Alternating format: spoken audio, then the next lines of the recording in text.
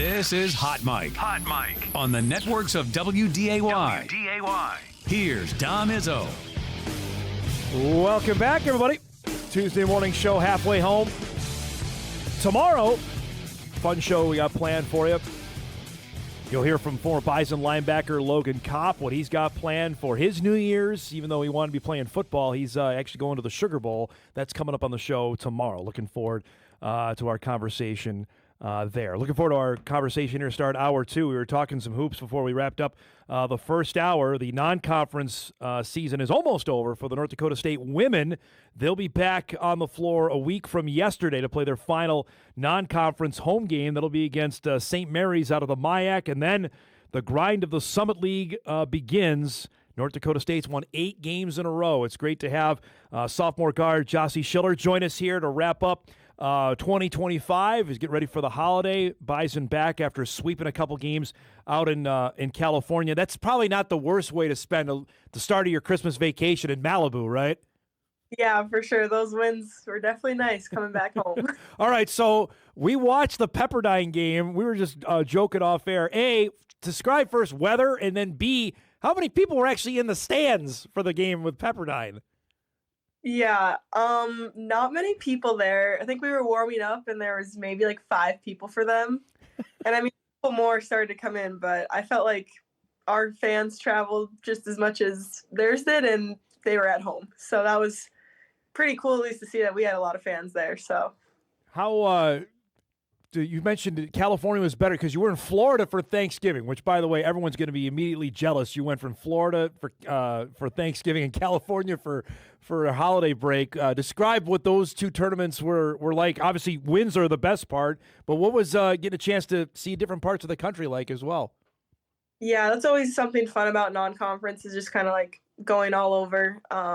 It was super nice, definitely a lot nicer in California, but it was good to get some wins and just like spend time with the team. And I think we all like have so much fun together. I enjoy it so much and the trips just are so much fun. And yeah, getting to see some new places. Some people had never been to California or Florida. So to see them get to experience that's pretty cool. All right. So, Carrington was one of them, I think, right? She was telling me about this. She hadn't a chance to go. So how, especially for a freshman, how did she enjoy getting the chance to see parts that she hadn't been to before?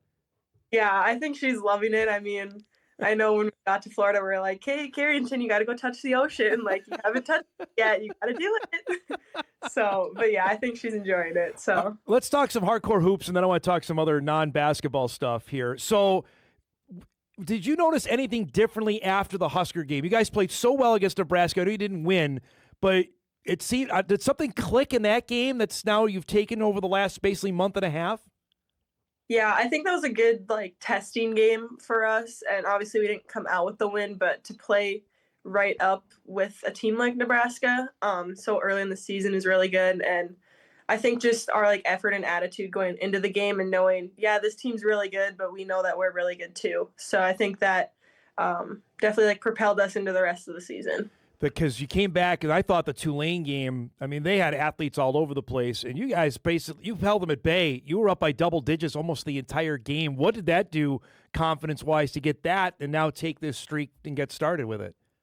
Yeah, and I think Jory kind of mentioned it in the beginning of that game, and he was just saying if we go out there and we kind of do what we do and we limit our turnovers and things like that, then we'll come out with the win, and that's really going to help us with the rest of non-conference. And that's kind of what we did. And just to go and play at home and get a win at home was super fun too. So yeah, that was a good game. You feel like you even recognize the Shack because you've only been there once in like basically 5 weeks here? I know. We need to get back there. I'm excited for this Monday game, and hopefully we get a lot of people there, and it'll be fun again to get home. All right, so for people that don't know, you showed up the game, I think, at Eastern Illinois wearing a mask. Can you give us the backstory? What happened there? Yeah. So basically, when we played Tulane, me and this one girl went for a ball like 2 seconds into the game. Yes. Totally face planted. So I just like kind of cut my nose a little bit and then kind of didn't think anything of it. And then it was like a couple of days later, we went to Florida. I'm like, man, my nose kind of like hurts still, and maybe it's a little crooked. I don't know. So got some like x-rays done. And at first they're like, yeah, I think it might be broken. So they're like, okay, you got to wear a mask. And I was like, oh no, Like, I did not want to wear a mask. So then we show up, have to wear the mask, and I mean, it got me a half-court shot. It so did. Yes, that happened. um, and then I got another like CT scan to like check for sure, and they're like, maybe it was just swelling. I don't think it's for sure broken. And I'm like, okay, I'm done. Mask Jossie is done. Had you ever had to wear anything like that before? No. Okay. And how uncomfortable was it then? Because we hear all the time. You can speak to it now. How bad was it? Not fun at all. I mean, I'm playing defense and I have to like whip my head back and forth because you kind of like can't always see from the sides, and I'd like take it off every time I came out, and I'm like just sweating, and would not recommend anyone to do that. Well, but you made like you said, you made a half court shot with it. Like, did you know it was going in when you left your hand? I mean, I shot it, and honestly, I was like, oh, that's way left. And then I got closer, and I was like, wait, that might go in. So it goes in, and everyone on my team freaks out. But the thing is, the mask is like so tight to my cheeks, I couldn't even like smile or laugh really. So, like hyping me up, and I'm just kind of like, straight face, like, yep, that was cool. So it's funny you say that because we saw the video replay of it, and you played it totally straight. Like maybe she knew she was going to make it just to play it really cool. Yep. So, another downside of the mask. So the actual story is you couldn't because it hurt to smile is basically what happened. Yeah. Yep. Oh my gosh! But everything's good now. Yep. Now we're good. No more masks. Got to play in California without it. So. Well, it's funny you say that because I remember we called it when you went down. I'm like, boy, you went down really, really hard, and it was so quick into the game. Like, how jarring was that? Because I know you hit the floor a lot. You're aggressive out there, but was that like the hardest hit you've ever had? Yeah, I think as soon as I hit the ground, I just kind of like sat there for a second because I didn't even want to come up, like knowing I was like, am I gonna have a tooth knocked out? I'm gonna have like a huge egg on my head. So that was not great. But then it doesn't help when I go to the bench and my teammates are all like looking at me like there's something so wrong with my face. I was so scared. And then after the game, I look and I'm like, it's just a little scratch, like not that bad, but.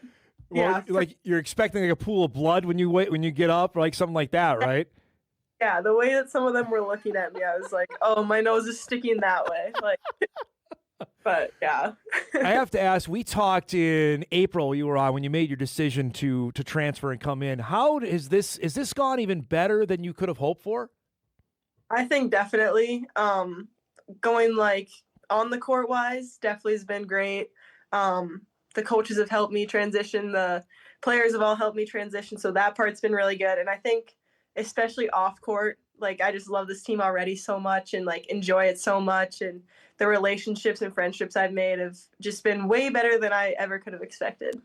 Have you played this? I'm going to get you in trouble with this question. Have you played with a player as good as Avery? I do not think so.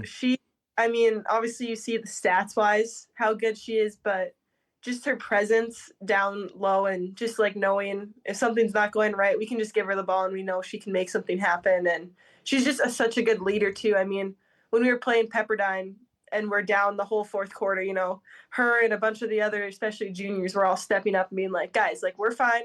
Like, we're going to win. We got it. Like, just having the reassurance from all those upperclassmen and especially her is really good for the rest of our team. What is that mentality like? You've been in a bunch of close games as well, to be able to step up, say, I want the ball. Because some people just don't, Jossie. They'll say, yeah, I'm going to pass it. What does it take to have that kind of mentality? Say, I'm confident with it. I'll take the last shot. Yeah, I think just the big thing is how much like practice all of us put in, how much I'll put in, and just knowing like I've done this shot how many times. It's just another shot, and just knowing that your teammates and coaches can trust you to take that shot, you need to trust yourself too. So now you've had this break here. Would this come at a good time, or in fact you're rolling here? Would you want to keep playing? Yeah, I mean, obviously this 8-game win streak is really nice. We want to keep rolling, but I think this team, even having this week-long break, we can get right back in the gym and get back to where we left off. But I think it's just good for everyone to go home, see their families, and kind of recharge a little bit heading into conference soon. So, I mean, you've played basketball forever. Are you like, can you separate it from it, or are you dribbling even like around the house? Like, how are you handling the days off here? Yeah, I'm still picking up a basketball pretty much every day. So working out, and now I get to go back and do it with my dad, which I got to do kind of all through middle school, high school and stuff. So going back into my local high school gym, things like that is super fun. All right, so we're on the doorstep of league play. You did it last year. If you were able to tell yourself what summer league play is like, what would you say? I would definitely say road games are definitely hard. And I think I'm really excited, though, to get on the road with this group. And I know the first Oral Roberts in Denver, Jory had said they've never swept down there or anything. So I think that would be really cool to start off with that. And I think this whole team is really excited and really ready to go for those games. I got a sense, at the Montana State game, which seems like it was 8 years ago, the crowd was really good. Do you get a sense there's some swelling here of people that are really intrigued to see what your team can do here once conference play begins? For sure. I think getting a lot of people in the shack is really going to help us at home, especially against some of the bigger teams in our conference. And I think it's really exciting just to see all those people want to watch us. And obviously this win streak is helping that. And I just think it's super cool to get to watch us. And especially when you see like all these little girls there, little teams and things like that, to come in kind of looking up at us is really cool. So now that, okay, basketball stuff done. So I got to ask here, we've been asking guests all week. Number one, when you were a kid, the gift you asked for the most for Christmas, what was like most sought after Christmas gift when you were a little girl? What was that? Oh gosh. Oh my gosh, I don't even know. Probably when I was really young, I probably wanted like 20 stuffed animals, I would say. And then as I got older, stuffed animals maybe turned into like some clothes or something. But when I was really young, I was like, oh, I want this one, this one, this one. All of them. Do you have any of them still or no? They've all been donated. They're all gone. I don't even know. I probably still got a couple laying around this house somewhere. So. So were you always an early rise? Like I got this from, I was never the early riser. My younger sister had to wake me up to get ready. Were you that on Christmas morning or no? Did you sleep in? Well, my brother definitely got up earlier than me, I would say. So when we were younger, we would get up pretty early on Christmas. But now, like, if I wake up at 10 o'clock, we'll open presents at no rush, really. So.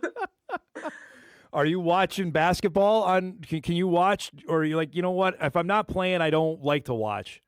Oh no, I have basketball on all day, just games, so it's just nice to be able to relax and watch some games and things like that. Who do you stop? Like if it's WNBA or NBA, who do you stop and watch and say, I got to see if this person's on TV, I'm going to stop and watch? Well, WNBA obviously you have like Caitlin Clark.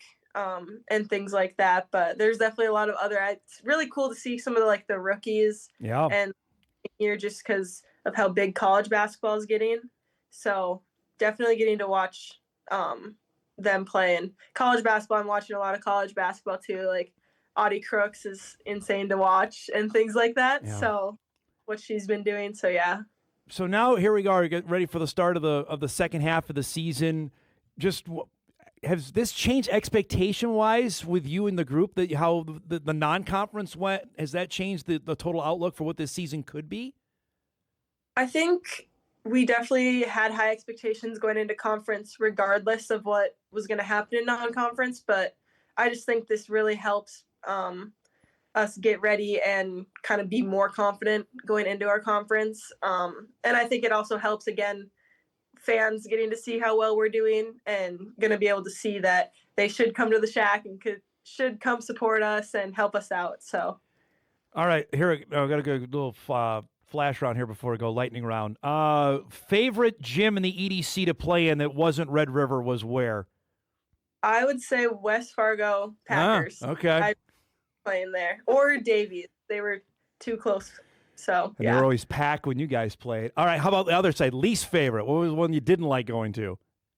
I would say Grand Forks Central. Not because of the rivalry necessarily, but I just didn't like the gym, and I did not like Fargo South. I don't know what it was, but I didn't like those gyms. They weren't good to me. Did you have a good rim? Like, boy, outside of Red River, was there one place you love? Like, man, the rims here are fantastic. I love playing here. Well, I mean, yeah, Red River rims are pretty good especially when you shoot on them every day. But I would say, I would just say West Fargo High. Okay. I mean, I big games there, and seems like the 3 really falls when I'm there. So see, I would submit the Shack because you were pretty good at the state tournament that year. What did that stand out? Yeah, for sure. The Shack.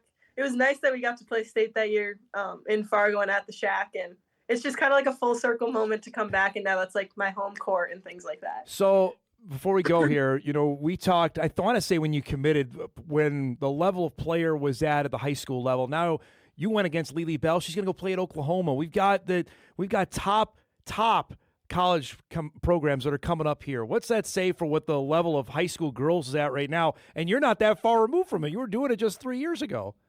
Yeah, it's, again, just crazy, and it's so awesome to see, obviously, Lily going to a big school like that, and, you have a lot of younger girls that have so many offers. I was able to go to the Horace versus Legacy game that was Horace the other day, and watching Donley put up 41 was awesome, and Falcon from Legacy, she's definitely really good, and she had a 30-piece, and I think it's just so fun to watch, and it's just definitely exciting seeing a lot of people recognize that. It's great to see you. I really appreciate you doing this. Have a great holiday. Look forward to seeing you next week back on the court, okay? Yes, thank you. You too. Have a great holiday. There she goes, Jocelyn Schiller, NDSU sophomore guard, part of a Bison women's basketball team that is red hot, winners of 8 in a row as they'll take on St. Mary's out of the MIAC. That is next Monday. It's a 5 o'clock start. They're trying to get both St. Mary's back there in Winona to get back relatively earlier. So earlier start on Monday, and we'll have the game for you on Extra. And then, as Jossie mentioned, they go right away. They go on the road to Oral Roberts on New Year's Day and then Denver, and she's dead on about that. The Bison have never swept that series. That's something that Jory Collins has pointed out to me, I think, each of the last couple of years. They've gotten one. They won the Denver piece. I don't think they have ever won in Oral Roberts since he's been coach. They're a different team as ORU this year. Are they gettable? We'll see. How good are you? Going back to our conversation we had with Mike to wrap up the first hour. How good of a team are you? Can you go and win a game like that? We'll find out. Appreciate her time. All right, we'll break. I got a bunch of emails reacting to a couple of the airing of grievances. Was exactly what we were doing it for. We'll read a few of those. Casey Brugman coming up here in about 15 minutes as well. Back on Hot Mike right after this.